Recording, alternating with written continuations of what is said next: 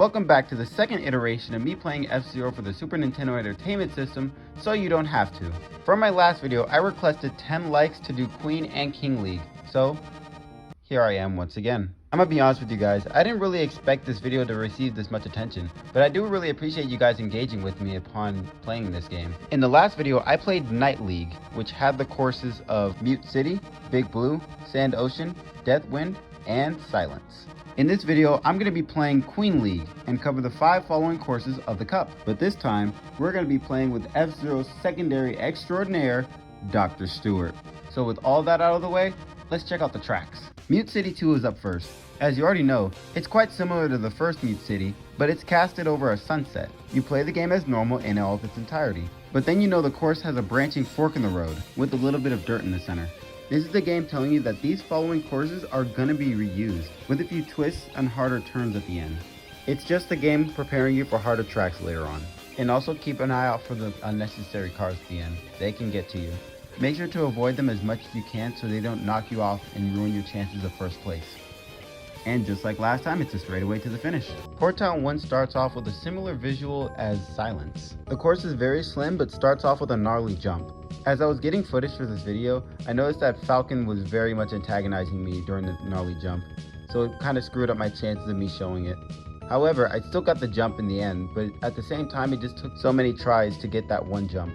As I was saying, while you're playing this course, make the jump at the start. If you don't make it, your car will explode, which causes you to start the game all over again, regardless of which lap you're on. After the gnarly jump, you're greeted to a zigzag pathway which leads to another straightaway. But make sure you don't hit any walls, because if you do, it screws up your chances of gaining any other speed. But it's easier said than done, because after this zigzag pathway, you're greeted to magnetic beams that damage your vehicle. Avoid them as much as you can. After another straightaway, you're introduced to a 90-degree angle turn with a gnarly jump at the end. This course encourages you to keep your vehicle steady, on top of avoiding obstacles and also unnecessary cars that get in your way. They are super annoying in this course, so be cautious. And before you know it, the course is done. I'm not gonna lie, it took me a lot of tries to do this. And that's as far as just ranking. Don't take this course too lightly. On the contrary, Red Canyon was actually very simple. Red Canyon had a wide course which gave you more room for error. However, don't take that into consideration when you try to pass people ahead of you.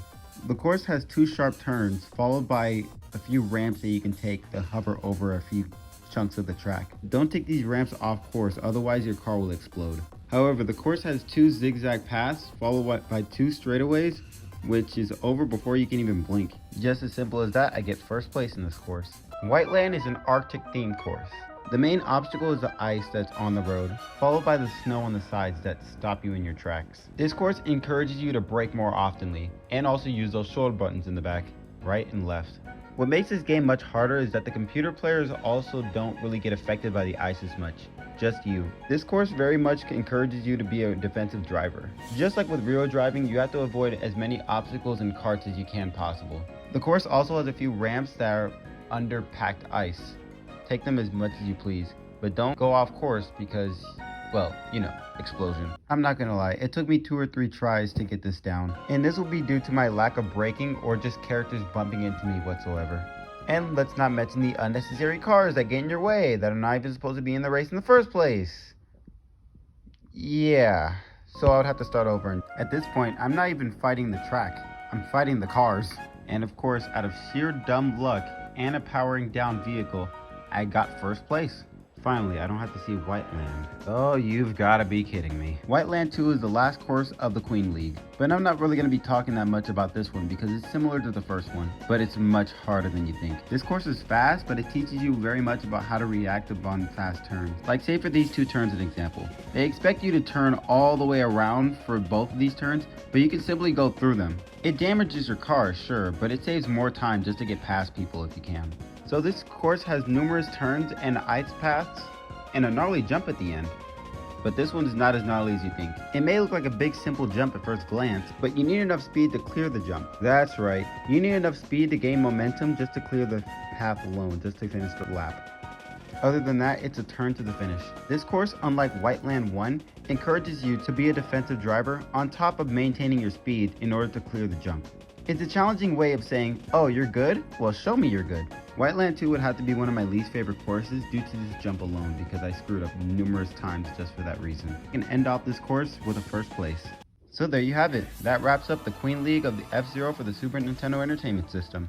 I didn't think I'd be having as much fun as I thought playing this game, especially showing it with you guys. How about this? If we get 10 likes for this video, just like last time, I will do King League for our third and final video of F-Zero. Now by the time of me editing this video and putting it all together, there are many things that I'm good at, but I am not good at writing outros.